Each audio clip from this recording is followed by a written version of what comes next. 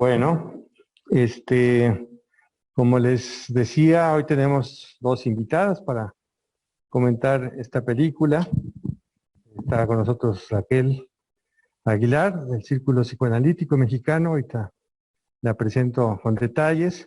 Y Esperanza Pérez Plá, nuestra colega, compañera, que también desde hace tiempo participa muy cercanamente a este cineclub. ¿Tú quieres empezar, Esperanza? Yo quiero, para empezar, agradecer que me hayan invitado, Acércate del micrófono, por sí, favor, lo que más me que hayan puedas. invitado a ser la comentarista ser una de las comentaristas de esta película. Yo no la conocía y la verdad es una película que me ha estremecido. Pero no voy a empezar por la película, voy a empezar por mi historia. Ocurre que yo nací en Uruguay y estuve con ocasión de los problemas, y viví en allá muchos años hasta que me recibí y terminé también mi formación de psicoanalista. Pero lo más interesante es que quería empezar a hablar de la experiencia que era que los asesinos estaban entre nosotros. Y le voy a explicar por qué los asesinos estaban entre nosotros. Porque muchos de los que habían estado en la guerra del lado del nazismo habían ido y se refugiaban en Latinoamérica, en Sudamérica. Y eso es lo que yo quería empezar por contar, que esa es una experiencia de mi vida. Haber estado, por ejemplo, cuando yo era una jovencita que estaba a nivel de secundaria, nos invitaron a hacer un viaje a Paraguay. ¿Y qué nos encontrábamos en Paraguay? Unos lugares hermosos en medio de los bosques y hermosas casas, etcétera. ¿Quiénes vivían ahí? Refugiados nazis.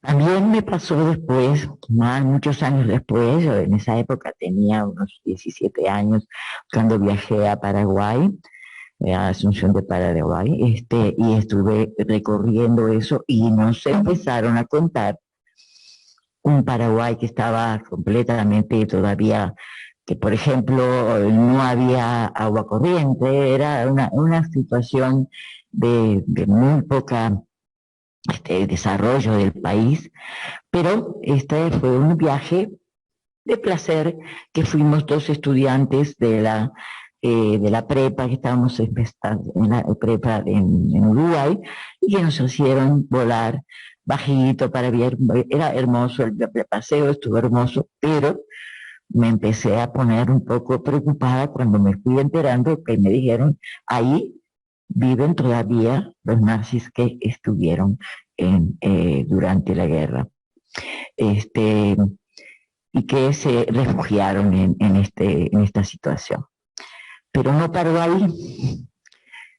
Años después, yo me casé con Juan Carlos Plá,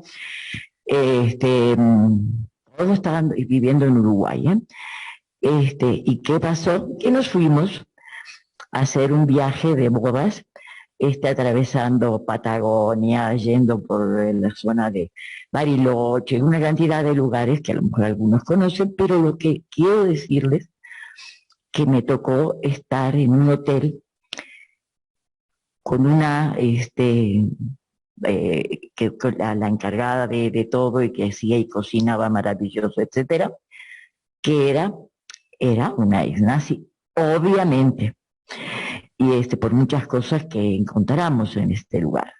Lo que quiero decirles que en la vida mía tuvo mucha importancia darme cuenta que los asesinos seguían estando entre nosotros. Por eso quería empezar por esto, pero vamos a ver entonces qué pasa con esta película que me pareció justamente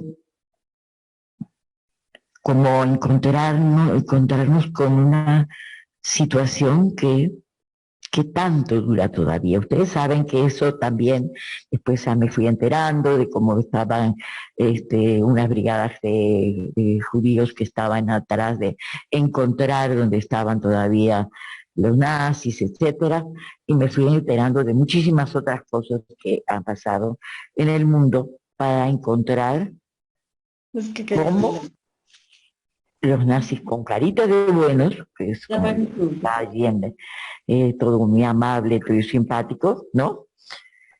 Y teniendo ya una serie de gente trabajando para él, etcétera, han estado en la vida del mundo de una manera muy importante y que la persecución que ha tenido que hacer muchas veces sobre todo el movimientos judíos para hacer un intento de acabar con ellos, y después ya sabemos también lo que pasó con las situaciones de cómo se hicieron las declaraciones y demás, hasta para entender qué pasaba con estos nazis que estaban y no se habían ido. Creo que la destrucción que se muestra en la vida de este doctor es una primera cosa que llama la atención en esta película. Cómo esta situación se impuso, no lo dejaba vivir, no lo dejaba ejercer su profesión. Hay un final feliz en ese sentido, que hace pareja con una mujer que ha estado en un campo de concentración y que entonces se enamora de él y lo ayuda, y él puede ir rescatándose, puede volver a operar una niñita que se estaba ahogando, puede hacer muchas cosas, y creo que, por supuesto, ahí está el darse cuenta que este que aparecía muy tranquilito y muy dulce, ese era un nazi. Esta situación, esta posguerra que pinta esta película, me parece de enorme interés, de enorme importancia, y que lo que tenemos que darnos cuenta es cuánto de esto se ha infiltrado en nuestra vida. Si estaban por Paraguay, si estaban por Bariloche, si estaban haciendo restaurantes que terminábamos yendo nosotros a los restaurantes estos eran ex-nazis que estaban allí. No sé si se deja de ser nazi, bueno, si ex o no es ex, siguen siendo, pero también después de cierta situación de guerra, también ellos también estaban ahí queriendo salir adelante. Bueno, cocinaban maravilloso estas señoras, y que nosotros estábamos observando signos con mi marido, estábamos observando cómo eran las situaciones que estábamos viendo allí, que todavía persistían, muy pacíficos. Pero ¿qué pasa con todo esto? ¿Cuánto se ha terminado el nazismo o no? Esta es la gran pregunta, me parece, de esta película. Y no solo en la época en que se hizo esta película, que es justamente muy al comienzo muy en la finalización de la guerra, que es una cosa muy fuerte que vemos en este film. ¿Por qué? Porque este film, como ustedes se habrán dado cuenta, es el regreso de la guerra, de los que más o menos quedaron vivos, y se encuentran otros que permanecieron en Berlín, un Berlín que está deshecho, impresionantemente deshecho. Yo he ido más de una vez a Berlín y me parece que esas imágenes están impresionantes porque son reales, ¿no? De un Berlín que está completamente hecho pedazos, y que además la gente está hecha a pedazos. Está viviendo una situación en el límite de sus fuerzas, queriendo volver, queriendo encontrar, rehacer la vida, rehacer pareja, pero ¿cómo levantar, por ejemplo, al borracho que era un médico que había sido evidentemente una persona que sabía mucho, pero estaba incapacitado después de la guerra? Y bueno, toda la finalización de una pareja que consigue reinstalar una situación y de rescatarse, pero la verdad que son situaciones que llevaron a que son muchas generaciones de los alemanes que se fueron hechos pedazos por esta situación, y por supuesto los que estaban persiguiendo a los alemanes, los judíos y todo esto, y todo lo que trató de hacerse para vengar esta situación tan extrema. A mí me parece que la película tiene esa sencillez, esa manera de hacerse de una película que tiene un valor humano tremendo, y por supuesto el escenario, que es real. Todo destruido. Berlín estaba hecha verdaderamente pedazo. Estaban tratando la gente de volver, pero ¿qué se encontraban, no? Era una cosa que no había pies ni cabeza, todo estaba tirado. De pronto resulta que había dos que querían un apartamento, era como mucho eso ya, ¿no? Porque la sola situación de la vuelta a Berlín y a toda la que se había destruido, la manera en que estaba viviendo y tratando de rehacer la vida las gentes, está pintada maravillosamente. Me parece que el director es un director muy interesante. Así, es un extraordinario director que se llama, déjenme ver porque yo no sé mucho alemán, Wolfgang Stokle, hace una recuperación, para que todos lo pensemos muy cuidadosamente, de cómo la guerra no termina sino más. Ahí está, y todo, como les digo, hasta yo los encontré protegidos en países latinoamericanos, por ejemplo. A mí me parece que es una situación que tiene el lado de la solución bonita, de que ellos se encuentran y pueden rehacer, él puede recuperar su profesión, ella puede apoyarlo para que él salga adelante, pero que son situaciones que han destruido generaciones enteras, no digamos de todos los judíos y todos los que murieron en los campos de concentración. Toda esta situación es una situación que tiene algo de irreversible, que sigue actual. Uno se da cuenta que el tema de los nazis y el tema de la lucha con para la manera en que estas situaciones históricas nos permanecen pegando duro, y que está todavía por ahí, que se mete en la situación de países. Por ejemplo, yo les conté de Perú, de Paraguay, pero yo también conozco el sur de Brasil, y allí había también una cantidad de nazis que todavía vivían allí, y que yo también vi las casas, fantásticas casas, por cierto, y que hay muchas cosas que tenemos que darnos cuenta. Esta es una denuncia tremenda, esta película, interesantísima, y que nos habla de la gente destruida que queda, porque siguieron matando. Todavía durante la película parece que mataron un montón de niños y adultos y de todo, ¿no? No sé si se dieron cuenta que seguían matando. Y que esto tiene una importancia enorme en muchos años de la vida de muchos de nosotros.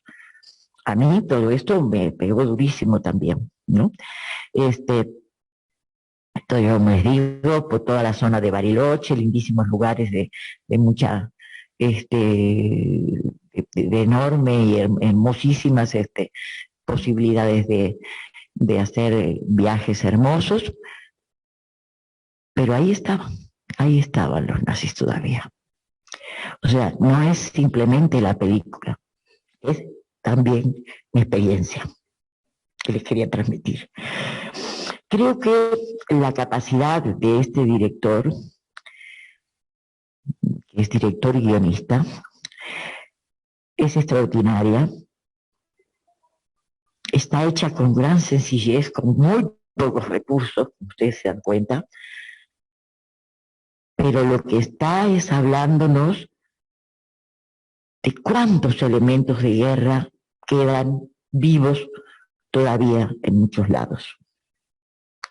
O sea que, por más que ha habido algunos movimientos muy grandes, movimientos que han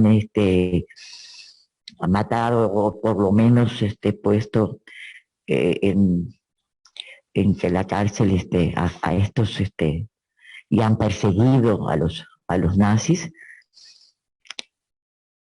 Los nazis se ponen suaves, se ponen dulces, se ponen además, se enriquecen en dinero, hacen toda una cantidad de cosas para que de algún modo beneficie el país donde se fueron a instalar.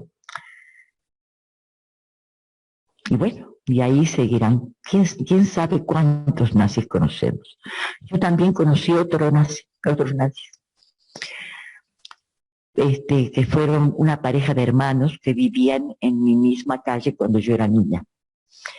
Y que eran personas muy cultas, muy interesantes, y que también se llevaban con los niños.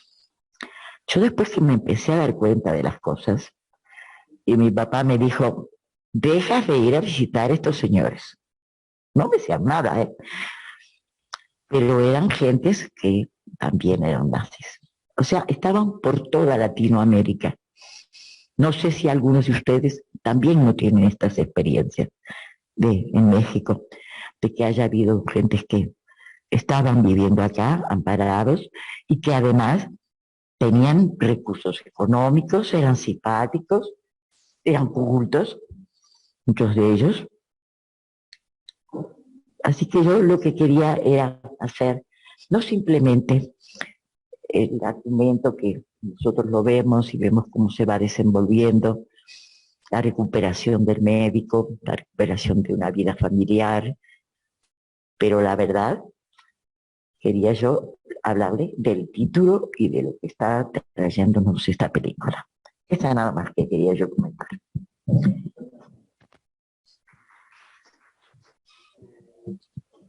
Ahora está el turno de Raquel Aguilar. Vamos a escucharla con atención. Gracias, Raquel. Hola, ¿qué tal? Que muchas gracias por la invitación, Alberto, a ustedes por compartir el espacio y a Esperanza particularmente. Yo me permití hacer un breve texto de esto que me despertó la película, se los voy a leer. Dice, 2 cartas en la posguerra. Primera carta. Gustave Monson es un hombre paciente, una suerte de vigía que mantiene la esperanza de que su hijo llegue a verlo. Arregla lentes y con los lentes de la adivinación y lo paranormal mantiene una mirada prudente sobre el mundo hasta que la finitud lo alcanza. El tintinear de las campanas en la entrada de su taller anuncia la llegada de los visitantes o bien de un inquilino. Parece que la tarea que se ha impuesto es informar a estos inquilinos, pero con las noticias también incluye una dosis de contención y acompañamiento. Guarda con cariño la carta que prueba que su hijo está vivo, sin embargo ya han pasado meses de que la recibió. Munchen guarda cosas, da consejos, es lúcido y no le teme a la muerte. Es un hombre que sobrevivió a la guerra, pero eso no lo convierte en inmortal. Hacia el final de la película, después llega la tan ansiada carta. Tarde. Munchen ya ha muerto. Segunda carta. La segunda carta es propiedad de Hans Mertens, que anestesiado por el alcohol y otros placeres de la vida nocturna, deja escapar su entusiasmo y su deseo está en ruinas, como esas ruinas de Berlín, y que resulta impresionante escenario de la gran película, impresionante por ser genuino. Es un Berlín tal como lo dejó la Segunda Guerra Mundial en lo que llamamos la vida real. Con todo, Mertens es un hombre listo, hace analogías, su cinismo no le impide preservar ciertos principios morales, ¿no? Como no robar una cámara cuya dueña está, bueno, pues a unos pasos de él, ¿no? Hace analogías entre la guerra y el juego de ajedrez y se esfuerza por ocultar su sufrimiento a los demás. Esa carta enigmática de Mertens bien podría ser la clave para entender el núcleo de su sufrimiento. Se mantiene el suspenso. En un momento nos hacen creer que Hans Mertens estaba agobiado por un amigo caído en el campo de batalla y cuyo texto, escrito en momentos de agonía, había sido encargado a Mertens. Así lo cree Susan, quien, por azares del destino, o más bien dicho, por azares de la posguerra, comparte domicilio con Mertens. Por su parte, Susan es una mujer bella y paciente, un clásico cliché de feminidad pasiva de los años 40. Limpia la casa, espera pacientemente la llegada de Mertens y finalmente es la musa inspiradora que lo salva de cometer un delito, aunque este consista en una búsqueda de justicia. Susan no ve más allá de su papel de enfermera, mensajera o musa moral. Incluso podemos cuestionar su buen juicio. En un acto bien intencionado, entrega o más bien devuelve la carta que accidentalmente encontró y muy animada regresa con su amado para darle la noticia de que Brooke está vivo, el capitán Brooke, lo cual no hace sino avivar el trauma. Si Brooke estuviera muerto, quizá podríamos considerar que hubo una suerte de justicia, poética o divina, pero no, los asesinos están entre nosotros. Mertens empeora, va a percatarse con sus propios ojos de que Brooke se encuentra con vida, lo encuentra muy feliz disfrutando de su familia y de su nueva empresa, como si la guerra solo hubiera sido un paréntesis dejado atrás. Brooke le devuelve a Mertens un arma, esa arma que al final no llevó a cabo el acto justiciero. Después de titubear un par de días, la solución está clara. Hay que acabar con la vida de Brooke, para cual las solitarias calles en ruinas son el escenario adecuado. Está a punto de ejecutar su plan. Sin embargo, su sed de venganza se interrumpe. Mertens encuentra a una mujer en la calle que desesperadamente busca ayuda para su hija enferma. Echando manos de instrumentos de cirugía caseros, Mertens realiza una traqueotomía a la niña y parece arrebatarla de los brazos de la muerte. En realidad, ha salvado 3 vidas, la de la madre, la de la niña y la de él mismo. Esa posibilidad de salvar vidas ya lo saca de ese mundo de los zombies. Ahora ya está todo claro, ahora sonríe sin cinismo, ahora puede decirle a su compañera el tan esperado te amo.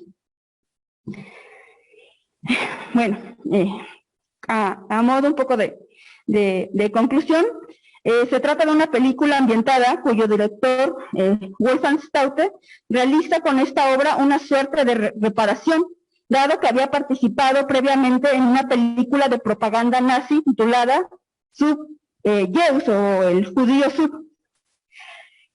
¿Los asesinos están entre nosotros? Valdría la pena reflexionar sobre la preposición unter, que en alemán también puede significar debajo. ¿Los asesinos están debajo en el sentido moral de nosotros? Dada la historia, dada la historia personal de Staudte, también cabría pensar en los asesinos están en nosotros, al menos indirectamente. Se trata de una película cuyo desenlace es condescendiente con el espectador, y quizá estamos ante la búsqueda de redención de Stout, quien previamente había trabajado en la película que les comenté. Pero más allá de un psicoanálisis del director, me gustaría pensar este largometraje como una invitación a la vida, a vivir sin ser consumidos por la culpa, para lo que funciona como profilaxis, la congruencia entre el pensar y el hacer, entre el sentido ético y las acciones concretas. Claro, habrá ocasiones en las que el margen de acción sea sumamente reducido, como es el caso de Mertens. Puede ser que hayamos sido engañados, o bien la culpa aparezca por no haber sido capaces de detener lo imposible de detener. La muerte de un ser querido por enfermedad, por ejemplo. Los aires de omnipotencia suelen acompañar las voces superyoicas. No obstante, incluso en esos escenarios es posible, aunque no fácil, dar un viraje. El reencuentro de los seres queridos, como en el caso de Monchey, el amor por Susan, o la posibilidad de salvar una vida en lugar de quitarla, como es el caso de Mertens, ¿no? Y ahora que estaban hablando de todo este tema del Holocausto, yo recordaba lo que decía Primo Levi en su libro ¿Acaso esto es un nombre?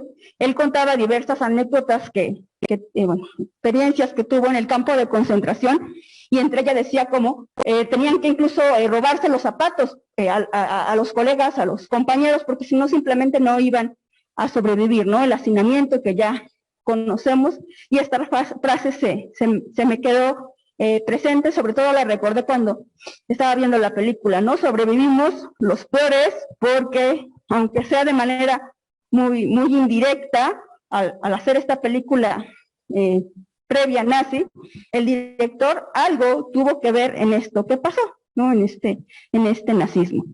Y bueno, ojalá fuera Alberto, que trabaja con la clínica del trauma, y lo que nos decía Esperanza sobre las generaciones que se ven arrasadas por este tipo de violencia psíquica, ojalá fuera tan fácil, ¿no? Como que con un pequeño gesto o muchos gestos de amor fuéramos curados, pero parece que es más complejo que eso, ¿no? Y bueno, me parece pertinente concluir mi comentario con las frases, bueno, una frase de un apartado de Freud que sigue muy vigente hoy en día del malestar en la cultura. Hoy los seres humanos han llevado tan adelante su dominio sobre las fuerzas de la naturaleza que con su auxilio les resultará fácil exterminarse unos a otros, hasta el último hombre. Ellos lo saben, de ahí buena parte de la inquietud contemporánea, de su infelicidad, de su talante angustiado. Y ahora cabe esperar que el otro de los dos poderes celestes, el Eros eterno, haga un esfuerzo para afianzarse en una lucha contra su enemigo igualmente inmortal. Pero ¿quién puede prever el desenlace? Gracias. Muchas gracias, Raquel.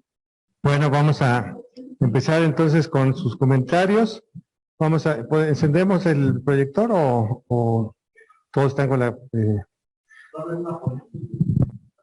No, pero por si quieren participar. Bueno, espero que pues les haya gustado los dos comentarios. La gente de que está en internet, estamos también al pendiente. Si alguien de ustedes quiere pedir la palabra y participar, son comentarios de viva voz, y se va dando turno conforme vayan pidiendo. Anoten su nombre en el chat o ponen quiero participar. Lo mismo aquí. Bueno, pues esto para los que están por primera vez, porque bueno, la mayoría saben más o menos la mecánica que llevamos en este cineclub. Muy interesantes los dos comentarios, de Esperanza, pues muy desde esto vivencial, ¿no? Que ella nos cuenta, pues bueno, ella migró de su país, ella y su esposo, sus hijos, por causas de la guerra, por causas de de las persecuciones, de los totalitarismos, y se parecen, ¿no? a esta situación histórica del nazismo. Efectivamente, hubo muchos nazis, de los malos, porque no todos los alemanes eran nazis. Emigraron a Sudamérica en especial. En México no tantos, aunque seguramente también. Acá llegaron pues más bien las víctimas también, los perseguidos, muchos judíos que llegaron mucho a Estados Unidos y pues después venían también a México. Aún seguimos viendo incluso las secuelas de esa guerra. Bueno, estamos viendo películas sobre el tema y pues los psicoanalistas muchas veces nos toca tratar pacientes que son descendientes, segunda, tercera generación, y ya sea judíos o ya sea alemanes, o la Guerra Civil Española, o en México también, ¿no? Las guerras que ha habido acá. Tanta gente que vino de Sudamérica, de Uruguay, de Argentina, de Chile, de Brasil. Entonces, bueno, todas esas catástrofes, esas guerras que generan grandes traumas, pues muchas veces lo seguimos viendo, ¿no? Incluso los gobiernos, muchas veces esos nazis pues están metidos también en la política, en las grandes empresas, y tiene que ver con esto de que los malos están ahí todavía, ¿no? Los malos están entre nosotros. Esto que decía Raquel, la particularidad de cómo se puede traducir entre esa palabrita alemana, ¿no? No la puedo repetir yo, pero estaría en toda esa posibilidad, ¿no? Están abajo, en y entre, ¿no? Y bueno, el personaje, ¿no? El médico y el personaje central, me parece, que efectivamente, me parece que retrata muy bien sus síntomas patológicos, psicopatológicos, los efectos traumáticos de la guerra, ¿no? Todo este tema que se le llama la reviviscencia, ¿no? Está muy bien reflejado en la película, ¿no? Cómo de repente llegan esos flashbacks, ¿no?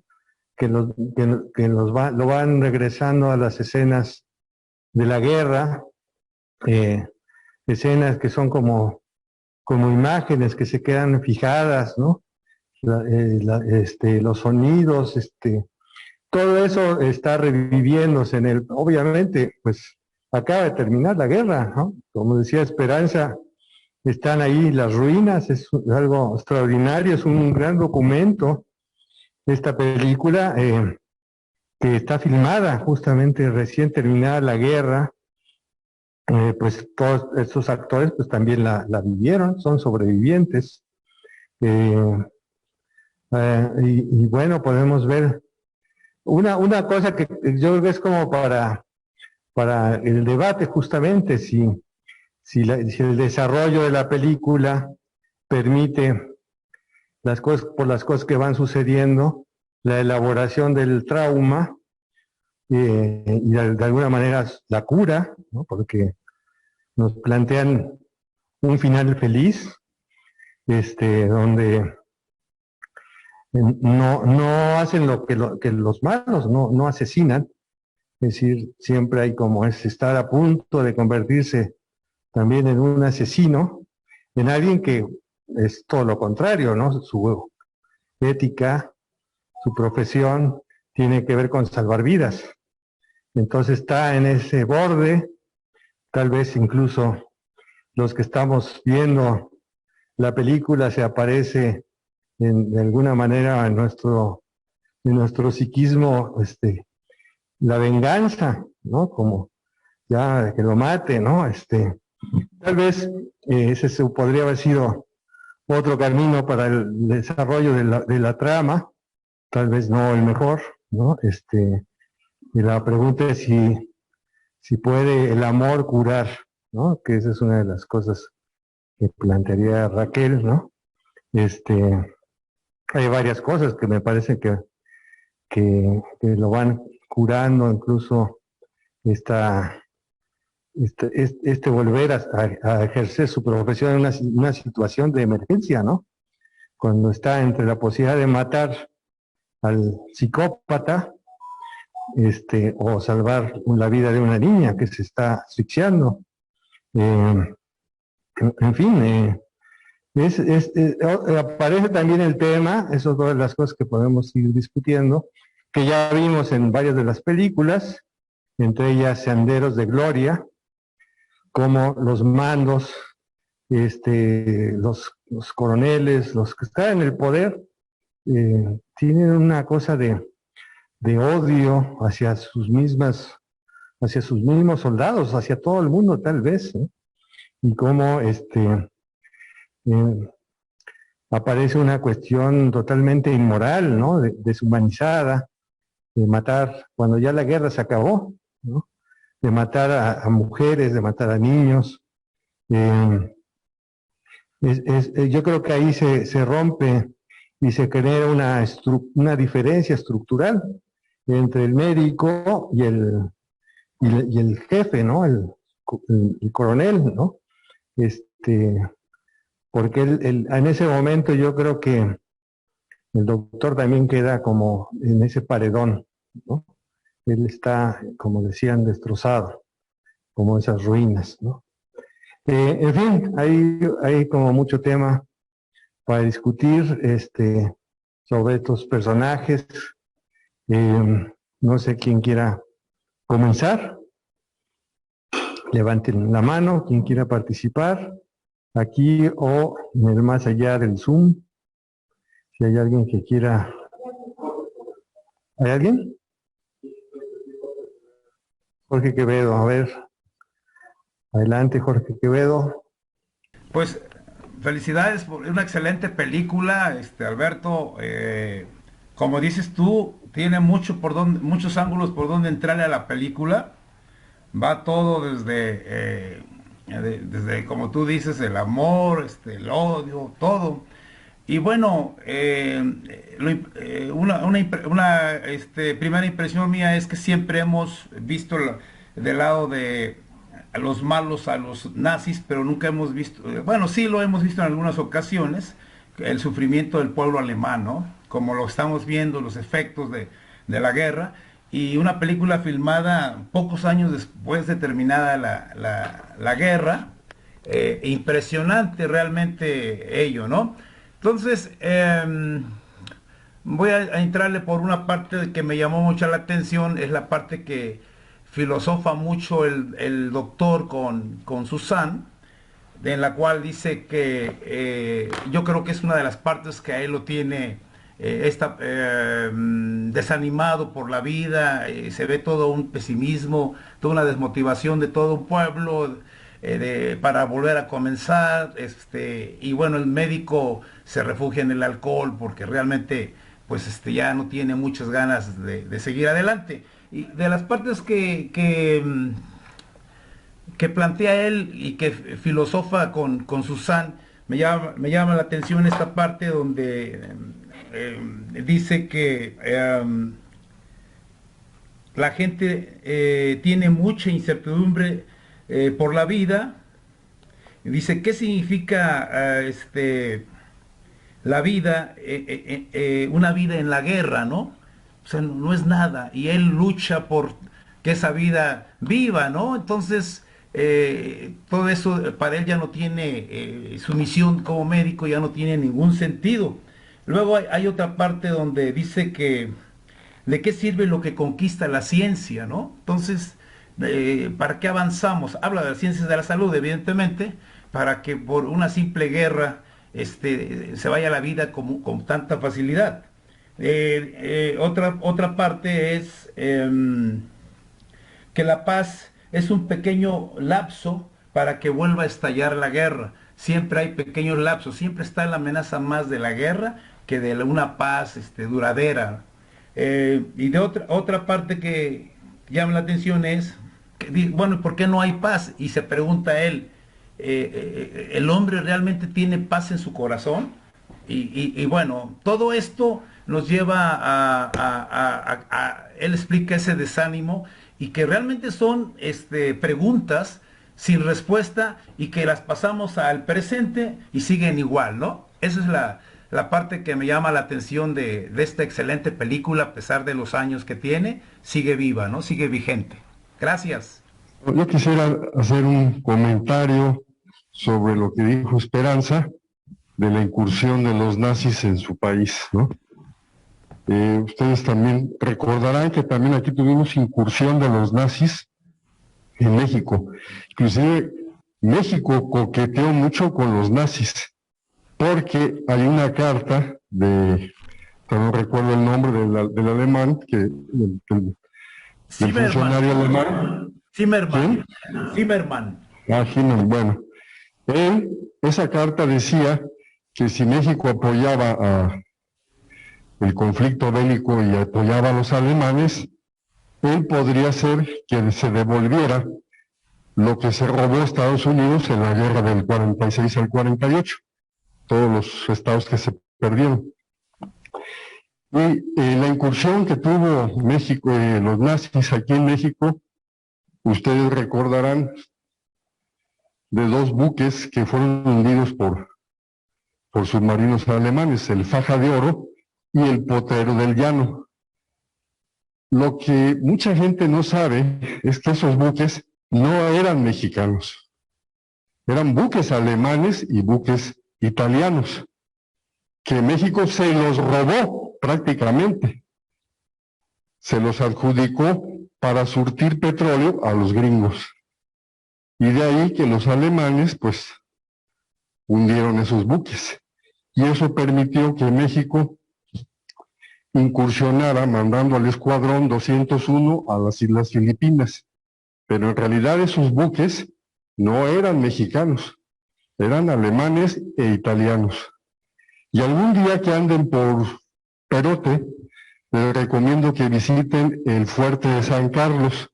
El Fuerte de San Carlos es muy importante porque es un lugar donde sirvió de campo de concentración de la tripulación de esos barcos alemanes y de los italianos, y ahí los fueron a meter al Fuerte de San Carlos.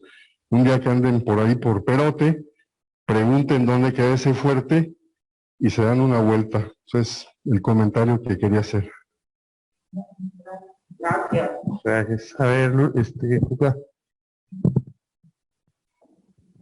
Gracias, Alberto, por esta película tan excelente. A mí me parecen dos puntos muy importantes dentro de ella.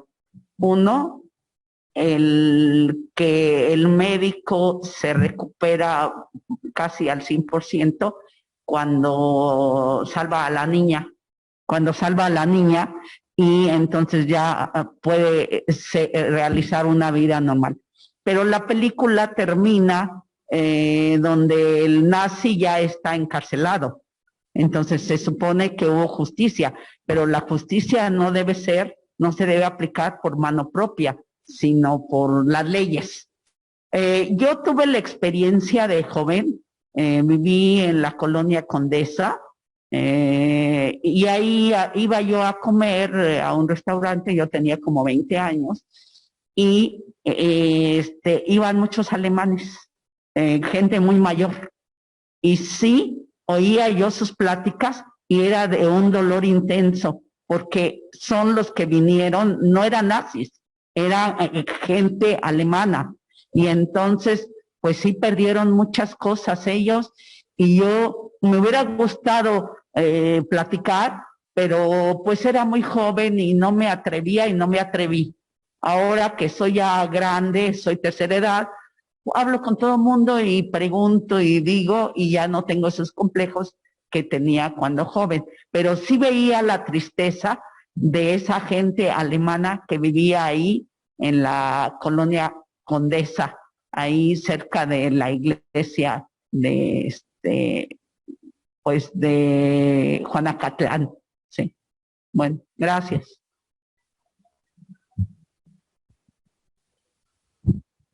Sí, bueno, como bien hicieron, como bien señalaron nuestras invitadas, especialmente hoy en relación al tema de la paz y la guerra, ¿no? Que decía Esperanza, ¿cuándo termina una guerra? ¿Cuándo hay verdaderamente paz, no?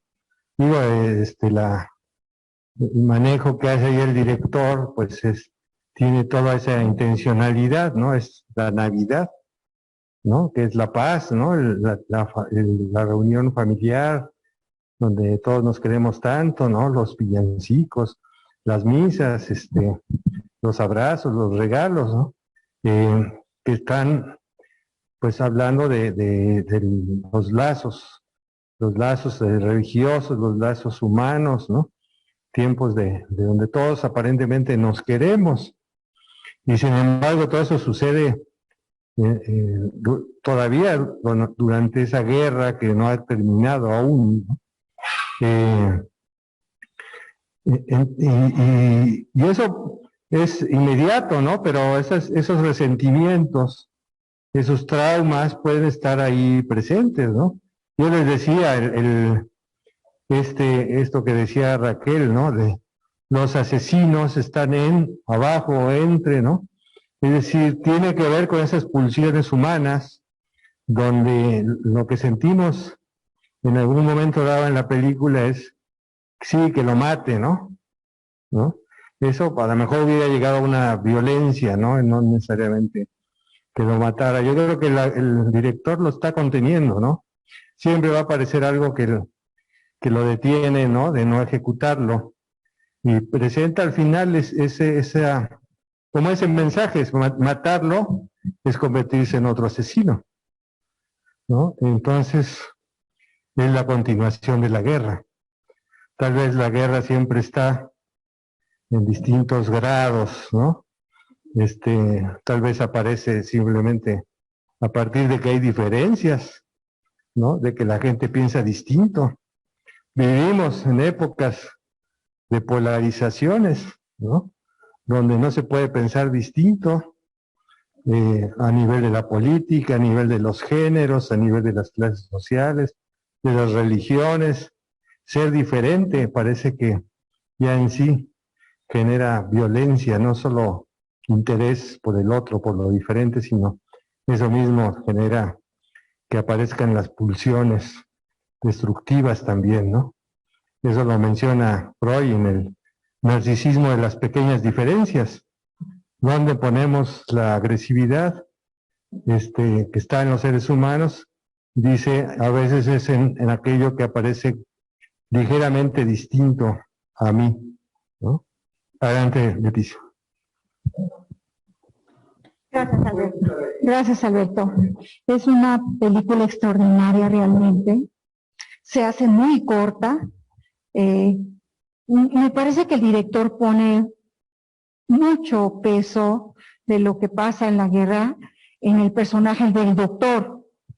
Es interesante cómo plantea que hace una fobia a la sangre para dejar de operar, pero a mí me parece que eso es un elemento, diríamos, que no es el fundamental, sino el fundamental es la psicosis con la que se queda. La presencia del delirio, de los delirios que tiene el doctor, es muy fuerte, ¿no? No solamente el deseo de matar al nazi, y que a mí me parece que ahí está puesto todo el odio que se ha puesto a los nazis cuando exterminaron. De hecho, sale en la película el exterminio de un lugar de concentración, ¿no? Entonces, me parece que el protagonista principal dentro de toda esta destrucción humana parece ser que es el doctor y también el general que mata en plena Navidad a los niños, a las mujeres y a los hombres, ¿no? Y ya se había terminado exactamente la guerra, y fue en Navidad, y sale brindando con los soldados, ¿no? Y con el árbol de Navidad, y entra el doctor a decirle que no lo haga, ¿no? Entonces me parece que este doctor quedó con muchas situaciones traumáticas, como bien lo dices, y que no fácilmente las pudo elaborar, no pudo salir de ahí, y entonces pierde todo sentido a la vida, todo interés, no solo por su profesión, sino por la vida. Y entonces vemos desde el alcoholismo, el tabaquismo, la vida donde se escapaba todo el tiempo, y no solo la fobia y el abandono a su persona, sino también toda la parte delirante que es muy fuerte, con la cual sigue a lo largo de toda esa posguerra con la idea de matar al hombre que le pidió que no asesinara a toda esa población y no hizo caso. Él se quedó, parece ahí, muy afectado. Gracias. Esperanza o Raquel, ¿quieren argumentar algo de lo que dice? Para empezar, otro recuerdo. En el Río de la Plata había un submarino que se había quedado allí anclado y que tuvo, toda vez que uno paseaba por la costa de cierta parte del Río de la Plata, estaba allí con un vigilante que duró años y años y años, hasta que vino una vez una ola y se llevó el submarino. Pero lo que sí quiero decirles es que estos restos de la guerra sí nos marcaron mucho a todos. Y creo que cuando nosotros estuvimos, teníamos que pensar en todo el tema de la guerra, había que saber bastante y estudiar mucho y hacer una búsqueda de cómo nos habían destruido también a nosotros. Parecía que no, que estábamos allá en la otra punta del globo, pero no es cierto.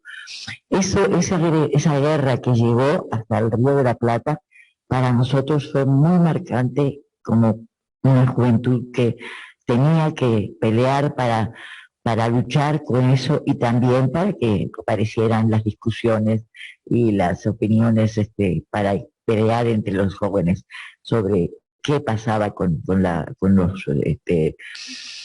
esa cantidad de cosas que nos había llegado de Europa, ¿verdad? Y que fue muy aterrorizante, para después que uno se fue dando cuenta de lo que significaban eso. O sea, porque uno los veía en la costa y te ibas a pasear y pasabas al costadito y nada más, pero después empezamos a darnos cuenta de muchas cosas. Raquel, ¿quieres decir algo? Después. Sí, bueno.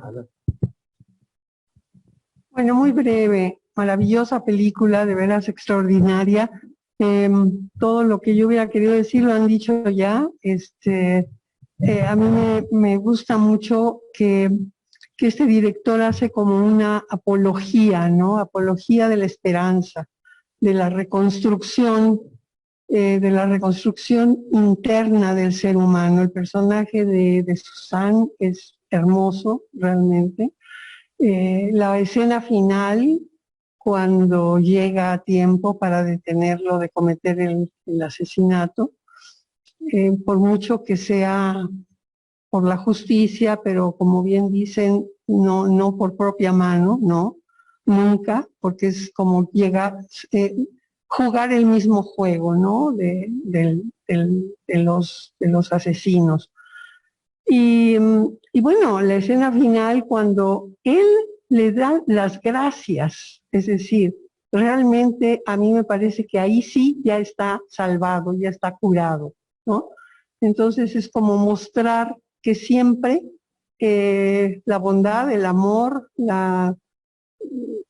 el corazón, ¿no? Se impone ante el horror, ¿no? De la destrucción. Esa. Esto que dice Josefina es muy preciso, muy certero, ¿no? El lugar de ella, ¿no? Su palabra, ¿no? Que ella es una víctima. Ella viene siendo un sobreviviente de un campo de concentración. ¿Cómo es que no sale ella con el odio y el resentimiento que tal vez otros sí tenían, ¿no? no repetir el odio, ¿no? Ese odio absurdo, destructivo, ¿no? En este caso de los enemigos, cuando ya se acabó la guerra, ¿no? El Marqués de Sade se reía y se ufanaba, ¿no? En la Revolución Francesa, ¿no? Por cada guillotinado que había, ¿no? De las cortes, ¿no? Y de todos aquellos que mataban. Él decía: republicanos, hagan un esfuerzo más, ¿no? Es decir, hacer lo mismo, ¿no? Que los malos te ponen en el mismo lugar, ¿no? Yo creo que ese es el mensaje, ¿no? Al final de cuentas, el que te cuestiona, que te hace sentir que no hay que caer en eso, en esa tentación vengativa, ¿no? Y que yo creo que él, como mencionábamos hace rato, él no era una persona deshumanizada, como tal vez muchos nazis lo fueron, en especial los altos mandos, ¿no? Que eran psicópatas, eran asesinos seriales, no tenían alma, ¿no? No había humanidad.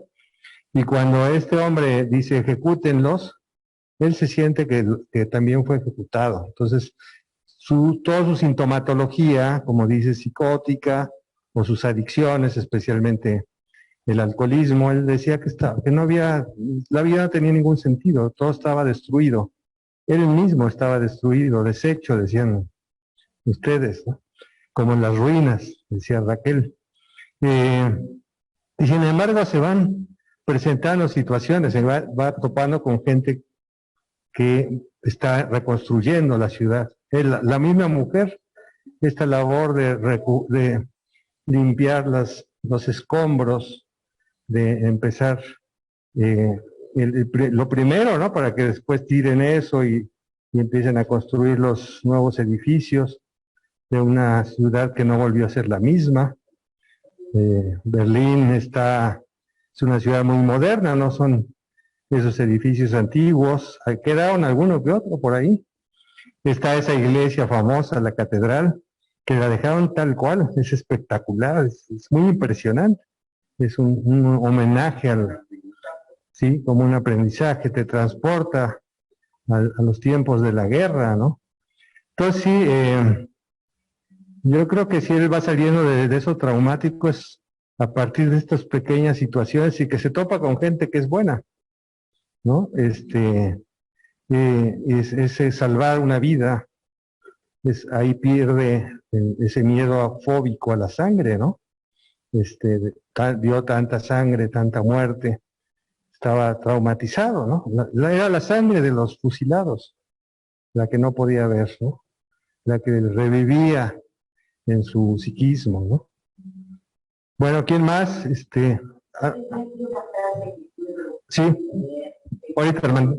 Efectos de esta película cuando se dio en Alemania. El público alemán recibió esta obra con los brazos abiertos, entendiéndola probablemente como una película que reflejaba la situación en que se encontraban ellos. Su éxito además sirvió para reactivar el cine alemán de posguerra, dando pie al hecho de que había un tipo de películas que se llaman los Trümmerfilm, rodados entre los escombros y lidiando con los problemas cotidianos, morales y morales de la sociedad alemana tras la guerra. Porque ese es el otro mensaje que tiene esta película. Tiene un mensaje moral de enorme importancia.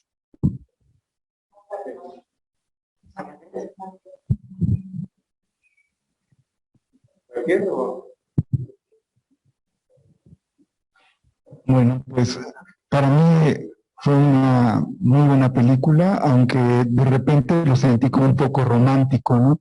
En el sentido de que me parece que el humano es mucho más complejo y también hay una parte así como hay una parte de bondad, también hay una parte de maldad, ¿no? De hecho, curiosamente, estaba leyendo un texto de Melanie Klein de 1927 sobre las tendencias criminales de los niños normales, y me llamó la atención porque justo en este punto de la película donde él ya va a matar a este capitán, como que hubo parte de mí que dije, sí, ¿no? Como la venganza, la revancha. Y en ese texto que comentaba de Melanie Klein dice que el psiquismo tiene un precepto bíblico, que es el ojo por ojo, ¿no? Entonces, dentro también está esa parte, ¿no? Que a veces cuesta trabajo reconocer también, ¿no?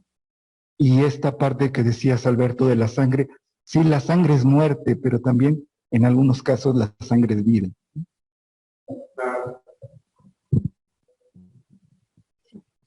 Bueno, yo estaba pensando ahorita con sus comentarios, cuando hablábamos del Capitán Brook, que bueno, podemos decir, ponerle la etiqueta, ¿no? Que es sociópata o cosas así, pero yo pensaba más en lo que propone Hannah Arendt sobre justamente la interpretación de todo esto a partir de la banalidad del mal, ¿no? O sea, justamente para él, o sea, el descargar su ira o su mal humor, matando a casi 100 personas que ni la debían ni la tenían ni eran soldados, es una cuestión casi administrativa, ¿no? Cuando le comenta Mertens al final, bueno, el motivo de por qué lo quiere matar, él dice, pero bueno, es que eso fue en la guerra, ¿no? Como que no hay esa asociación de esos niños que mató, esos niños de los cuales es padre, entonces pareciera un poco eso, ¿no? Que es un aparato que marcha, que tiene como casi vida propia, y creo que algo que también refleja esta película es que no hay esencias tan claras, ¿no? Los malos y los buenos. Eventualmente cualquiera puede ser asesino, ¿no? Si se deja llevar por el ojo por ojo o en determinadas circunstancias que, como lo sabemos, ¿no? Igor Caruso puede participar, sí, hay ciertas presiones sobre la familia, sobre si no le entras no vas a tener trabajo y con qué alimentar a tu familia, bueno, ahí podríamos a lo mejor ser un poco menos severos en el juicio moral, y no, desde luego que no es una apología a la violencia, sino eso, de que las líneas son más tenues de lo que a veces nosotros creemos, lo cual también es bueno, más a los que practicamos el psicoanálisis, porque eso que somos está siempre en construcción, para bien o para mal. Y ya por último, releyendo este texto de por qué la guerra de Freud, de la conversación con Einstein, Freud decía que bueno, que esta parte de la cuestión cultural era como la opción, ¿no? O una de las opciones para tramitar esta violencia. Y sin duda, bueno, una pulsión sublimada aporta más a lo social que una pulsión en bruto. Sin embargo, revisando esta otra película de Staute, el judío de propaganda nazi, es como ver como una manifestación cultural, también puede ser una apología al antisemitismo, a la violencia. Un día haces una obra como esta que estamos aplaudiendo, pero años antes haces otra, bueno, pues que apoya justamente este movimiento nazi. Y yo me preguntaba, bueno, Freud habrá considerado eso, que hay manifestaciones culturales que también están del lado del poder, que también pueden apuntar a la violencia. Si leemos ahora ciertos textos de hace siglos, claro que son producto de su época, pero pues también encontramos ciertas cuestiones a lo mejor de género o clasistas que ahora ya no sostendríamos de la misma manera. No sé, era lo que estaba pensando.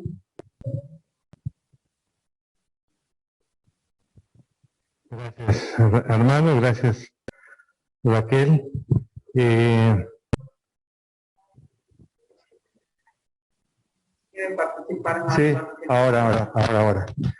Sí, este tema, ¿no? Que dice Armando, citando a Melanie Klein, ¿no?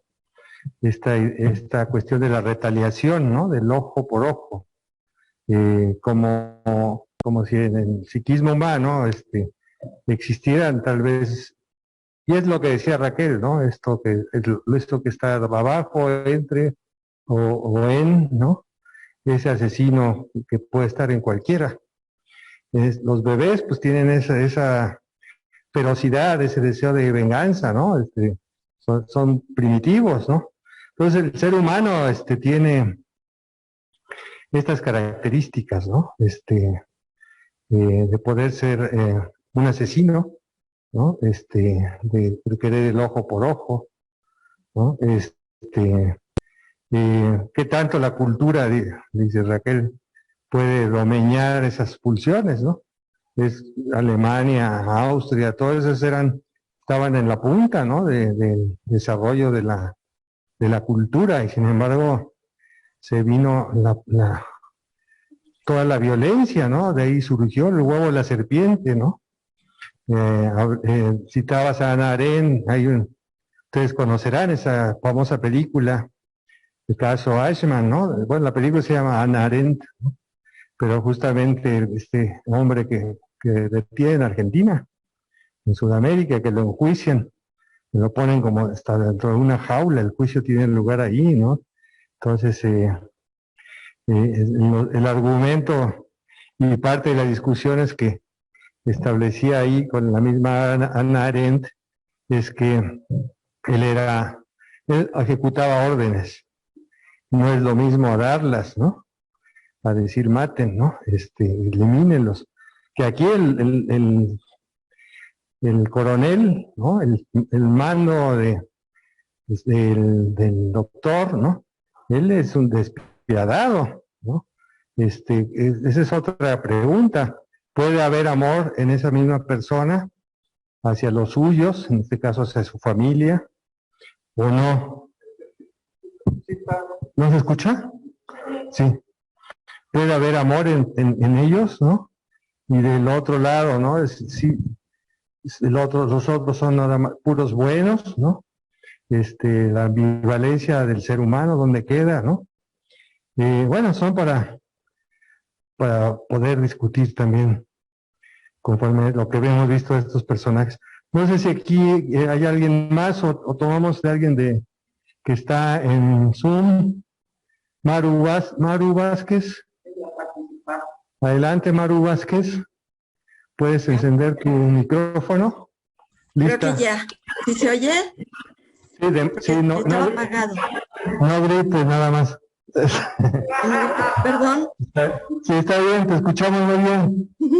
Bueno, quiero tres cosas. Bueno, una, quiero preguntar si esta magnífica película que vimos también se podría considerar como un documental, en parte.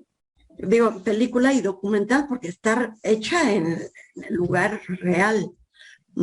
Cuando yo la estaba viendo, cuando estaba caminando el nazi con el doctor sobre las ruinas que iban en busca del bar, iban sobre las ruinas, yo me preguntaba, ¿eso será real esto? Ok, ahorita ya lo confirmaron aquí que sí, entonces como que podía ser como documental, ¿no? En parte, no sé, sin perder que es película, o sea, considerada película. La otra cosa que quería comentar, también el doctor comenta con la chica, no me acuerdo su nombre, Helen, no me acuerdo su nombre. Susan. Creo que le pregunta a ella que qué va a hacer de su vida. Le dice algo así como que encontrarle un por qué vivir, ¿no? Y como que he visto en 3 ocasiones a 3 sobrevivientes del Holocausto. Uno, Víctor Frank, otra que escribió el libro La bailarina de Auschwitz. Y aquí en la película también lo menciona, dice que tiene que encontrar un objetivo, el por qué vivir, que él todavía no lo tiene. En su locura todavía no lo encuentra. Esa es una. Y la otra que quería comentar es que si él la ha matado ahí en la escena, que se ve que va a sacar la pistola, si lo ha matado, pues se habrían salvado a esas mujeres y niños que mandó a asesinar, ¿no? Creo, no sé. Y ya es todo. Sí, ¿quieres contestar? Adelante. Bueno, adelante. Gracias. Bueno, sí, me parece que en relación con el tema, sí, en relación con el tema de ojo por ojo y diente por diente, o de el amor, ¿no? El amor, si el capitán era, ¿verdad? Era capaz de sí amar a los suyos, pero era un despiadado y mandaba matar a todos los demás. Yo diría simplemente, eso no es amor, eso no es amor. Es decir, la película comienza con la escena de Susan cuando llega a ver ¿cómo? Sí, sí, pero ¿cómo se llamaba el que arreglaba los lentes? Bueno, y él dice, no, es que yo me la he pasado trabajando y sirviendo a los demás. Ella, la señora que entra pidiendo que se le arreglen sus lentes, se ve que es un acto de generosidad, ¿no? Él vivía realmente para ayudar a los demás. Y cuando le preguntan también a Susan que cuál es sí que va a hacer con su vida, ella dice también, ayudar, dar servicio a los demás. Eso sí que es amor. Eso me parece que es la diferencia. Y el ojo por ojo y diente por diente, bueno, pues sí, pero ya después vino Jesús, ¿no? A decir que no era así, que había que amar a los enemigos. Eso me parece que es la diferencia, creo. Creo que Jesús vino antes, ¿no? Sí. Pero no le hicieron mucho caso. Creo que lo del oftalmólogo es muy interesante, ¿no? Es una buena metáfora donde es como volver a ver la realidad, ¿no? Después de algo tan catastrófico, tan terrible, ¿no? Cómo reparar todo eso, todos esos daños, ¿no? Bueno, la pregunta de si es documental, no es documental, ¿no? Pero el director es el guionista y creo vivió eso, vivió esas cosas, entonces yo creo que ahí la ficción es tan cercana a la realidad que justamente se vuelve casi un documental, pero es una ficción. No necesita imaginar mucho, son casi testimonios que él vivió en carne propia o con las gentes que estaba cerca, ¿no? Sí, no sé si en el más allá, no, ya lo apagaste. ¿Sí me escuchan? Se debe a sus constituciones sociales que han tenido, ¿no? Uno se debe al juramento hipocrático, que es el doctor, y el otro es un militar. Se debe a ejecutar órdenes. Esas diferencias. La otra es el tipo de guerra. Uno se lleva la guerra política, social, y la otra es la guerra constante del protagonista. Y creo que es la analogía principal. Todos vivimos en una constante guerra, ¿no? Estas configuraciones que nos reflejan a nosotros mismos son las que tenemos. ¿Sí me escuchan? Estas configuraciones que tenemos ya predefinidas o que nos van predefiniendo con el tiempo son las que tenemos que vencer. Y es la analogía que tenemos que hacer para la película, ¿no? La guerra que se lleva a cabo en su momento históricamente y la guerra que todos libramos todos los días con nosotros mismos, con nuestras preconfiguraciones. Me parece también importante señalar la parte de Susan. Me parece que el papel de Susan en 1945 es muy acertado, pero en esos momentos ya no. Es una mujer sumisa que no cumple con las características sociales, ¿no? Y para mí es como un bálsamo para el señor Mertens al final de la película. No es ni siquiera la cura, porque todos dicen, casi curó, no es como que esté enfermo, sino que busca la reivindicación social, ¿no? Por medio de algunas acciones. Mertens, ¿no? Porque está como desadaptado, se desadapta. Al final todos dicen, está alcohólico, ¿no? Pero no, yo creo que está como comportándose como se desadapta de la sociedad. Lo vemos también en la parte cuando está en la Navidad, que está en la parte de afuera, y lo que busca al final, cuando no llega a consumar el acto de justicia. No, ni siquiera es justicia, es como revancha, como esta venganza.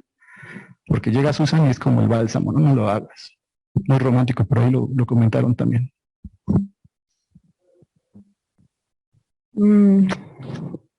Creo que la película, bueno, a mi parecer, fue más como, no una propaganda del director Nancy tal cual, pero creo que, o sea, si yo no, si fuera del contexto de la película, como decía el señor de acá atrás, que el humano es mucho más complejo. No veo a Susan como su salvación porque no, al final él, al momento de querer asesinar al capitán, ella llega, pero él, no, bueno, siento que es lo mismo de cuando él quiso matarlo. Bueno, él quería matarlo y no pudo. Que ella, bueno, al final él no pudo porque no se atrevió, y ahora esto, al final fue por Susan, pero su querer, no sé, su sed de venganza tal vez, o los pensamientos de esos niños, de ese momento en el que los ejecutaron, creo que van a seguir ahí, o sea, no termina. No veo a Susan como su salvación, no sé por qué.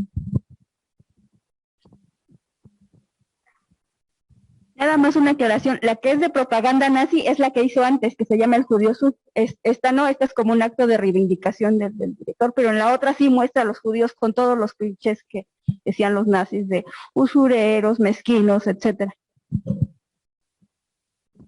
Sería interesante ver esa película y preguntarnos, ¿no? ¿Qué pasó en el director? Porque aquí va a plantear una autocrítica, ¿no? Hacia sí mismo, hacia los alemanes, ¿no? Hacia la posibilidad de asumir una culpa y una posibilidad reparatoria. Yo creo que los alemanes, de alguna manera, las nuevas generaciones, segunda, tercera generación, se quedaron con eso, con que tienen que reparar los daños de la guerra a nivel psíquico, ¿no? Hacia los otros, ¿no? Es decir, ellos asumen esa culpa, ¿no? Y tienen que hacer algo, ¿no? Y yo creo que muchos directores de esa generación que nacieron durante la guerra, a finales de la guerra, Bernard Herzog, Fassbinder, Wim Wenders, Scholoroff y otros más, pues justamente han sufrido y han vivido los efectos también de la guerra y han sido muy críticos, ¿no? Entonces, algo pasó con esta película, ¿no? Por lo que decía Raquel, que en la anterior película era propagandística hacia los alemanes y ponía estas críticas hacia los judíos, ¿no? Es decir, hubo ahí una modificación, ¿no? Y por otro lado, un tema que puede quedar como para seguirlo discutiendo es si la mujer, Susan, actuó, porque así es visto en esta época, como una mujer sumisa o como alguien que está decidida a reparar y ayudar a partir del amor. Podría haber sido incluso un hombre, no Susan, el que le dice detente, ¿no? Sí, porque a veces se puede caer en ese error, ¿no? No sé si sea lo romántico, no sé si se puede decir romántico, porque lo romántico implicaría que ese malo se pueda reivindicar y volverse bueno, y aún así lo voy a querer. Creo que ella ya tiene sus sentimientos claros hacia quién está salvando, ¿no? El otro lo acabó en la cárcel, ¿no? Creo que es la condena más justa, ¿no? Porque quién sabe qué hubiera generado, y eso fue Leticia, ¿no? Que ella hablaba de los traumas, ¿no? Quién sabe qué hubiera pasado en él si lo hubiera matado, ¿no? A nivel de su psiquismo, ¿no? ¿Quieres decir algo brevemente de él? El director dice que nació el 9 de octubre de 1906 en Saarbrücken, Alemania, y empezó su carrera artística como actor de teatro, trabajando luego junto con Max Reinhardt y Erwin Piscator. Tras actuar en películas como otros que se llama El Ángel Azul, también estuvo apareció este director, debutó como director de los estudios de la DEFA, que no sé exactamente qué es esa sigla, con la primera película alemana tras la Segunda Guerra Mundial, y el antifascista, que es una película antifascista que se llama Los asesinos, los asesinos estaban entre nosotros. A partir de entonces dirigirá algunos de los mejores largometrajes de la historia de la República Democrática Alemana. No obstante, a partir de 1955 empezaría a rodar sus películas en la República Federal Alemana y murió en Eslovenia en 1984. Era súper joven cuando hizo esta película, como 30 años tenía. Sí. Bueno, hay alguien que está en el Zoom, Sonia Patricia Murguía, adelante. Yo quería comentar que eventos tan fuertes como la guerra, lo que provocan es que se trastoque el orden simbólico. Y yo pensaría pues que Susan representa como la esperanza, como de conservar el orden simbólico que me da la estructura que me permite vivir, y entonces trata de limpiar para que el orden simbólico vuelva, como yo pensaría, un poco a lo anterior. Y me parece que el doctor representa ese orden simbólico trastocado en donde la esperanza ha muerto, ¿no? Ahora, en tanto sigue vivo, pues a lo mejor hay un pequeño nivel de esperanza que pues le permite sostenerse aunque sea a través del alcohol.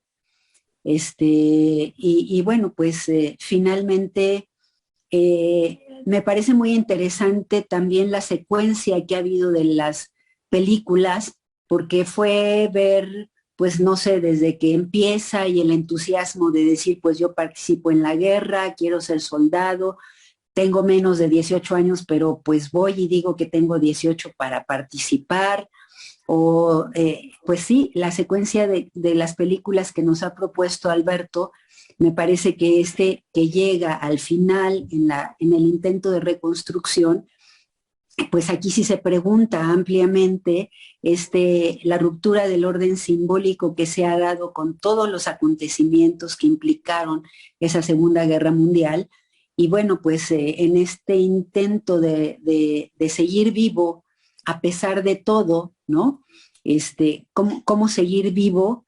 Por un lado, bueno, cuando el terremoto participé con Silvia Bleichmar para trabajar con los damnificados, y en cierta forma ella nos decía que el que queda vivo de pronto como que se siente culpable de no haber muerto, ¿no? Cuando empieza la película, el doctor le pregunta a Susan, bueno, cuando llega Susan al departamento, le dice, bueno, ¿y usted en dónde estaba? ¿No? Porque los que estuvimos en la guerra estamos aquí, pues enloquecidos, ¿no? Casi reclamándole como que si a ella no le pasó nada, era porque no estuvo en los acontecimientos, ¿no?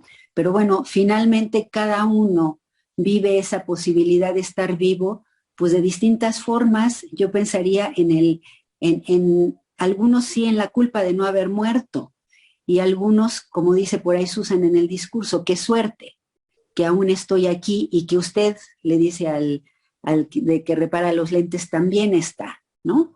Y bueno, pues se juega también en el de los lentes, es decir, pues yo estoy esperando a mi hijo, ¿no? Para él la esperanza de vida estaba en que su hijo estuviera vivo, no en seguir vivo él, sino constatar que su hijo no había muerto, ¿no? Entonces, bueno, me ha gustado esta secuencia que nos ha propuesto Alberto y este momento en donde la reconstrucción todavía parece que no llega por ningún lado, porque de todos modos todo está destruido, ¿no? Y bueno, pues llega en las esperanzas que tiene Susan de lo que está haciendo, del señor de los lentes y de cada uno de los que, pues de pronto, sí creo yo que cada personaje va mostrando algo de este orden simbólico trastocado, pero de donde cada uno se agarra para poder sobrevivir sin que su estructura psíquica se desbarate por completo. Pues bueno, me pareció muy interesante el planteamiento de la película. Cada personaje representa como una línea, una veta de estas formas en donde el orden simbólico se trastoca, pero en cada uno de manera diferente. Y bueno, pues creo incluso que la pandemia también trastocó algún orden simbólico en el que estamos viviendo, en lugar de las pantallas, pues no sé, abuelitos que uno diría que jamás iban a usar las pantallas, pues van a misa en la pantalla, ¿no? Niños que padres yo llegué a escuchar que decían, le voy a dejar la pantalla hasta los 13 años, pues tuvieron que usarla porque la escuela estaba allí, ¿no? Y entonces, bueno, después de un evento así de impactante, yo creo que la principal batalla es reconstruir el orden simbólico de cada quien. Gracias. Gracias por tu comentario muy oportuno. Y pues sí, en relación a esto que se dice, ¿qué tan rápido, cómo se puede salir de un trauma de guerra? Si puede ser creíble en esta película, que con eso haya sido suficiente o no. Yo creo que siempre hay que pensar estas historias como particulares, muy particulares. Yo creo que también es la historia del mismo director. Y él tal vez ha logrado y logró superar mucho de los horrores de la guerra gracias a la creatividad, gracias al cine. Él era también ese doctor, ¿no? Él era un poco ese testigo, algo pasó que supo de esa historia, no sé si fue real o no, pero pasaron esas cosas. Entonces este trastocamiento de lo simbólico yo no creo que se rompa totalmente, porque pues el hecho es que se conecta con el lazo social, con el amor, ¿no? Cuando se rompe, el lazo simbólico estaba roto porque el capitán lo traicionó. Y esa es una de las cosas más traumáticas que puede haber cuando un mando traiciona a su grupo. Igual que sucede en las familias, cuando los padres rompen ese lazo social que da la confianza en el otro, y entonces se vuelven pedofílicos o abusan, ¿no? de su propia progenie, o entre la violencia entre las parejas. Todo eso pues implica que algo de lo simbólico está dañado, ¿no? Pues bueno, esta serie, esta continuidad, pues ha sido dada casi por el inconsciente. Creo que incluso Esperanza no quería no venir hoy, tendría que estar hoy en su casa, pero bueno, le agradecemos que estés aquí con nosotros. Bueno, ojalá y lo simbólico nos siga, el cine nos siga uniendo, y siga habiendo cinéfilos gente que quiera tanto el cine y hablar de estos temas como Esperanza, que toda su vida nos ha hablado del cine desde que estaba en Uruguay. Bueno, vamos a terminar el día de hoy. Les agradezco a Esperanza, a Raquel, aquí tengo su reconocimiento, pues muy amables por su esfuerzo, su dedicación para hacer este comentario, a todos ustedes también que asistieron, la gente que está desde el más allá del Zoom. Nos vemos el próximo viernes. Muchas gracias. Hasta luego.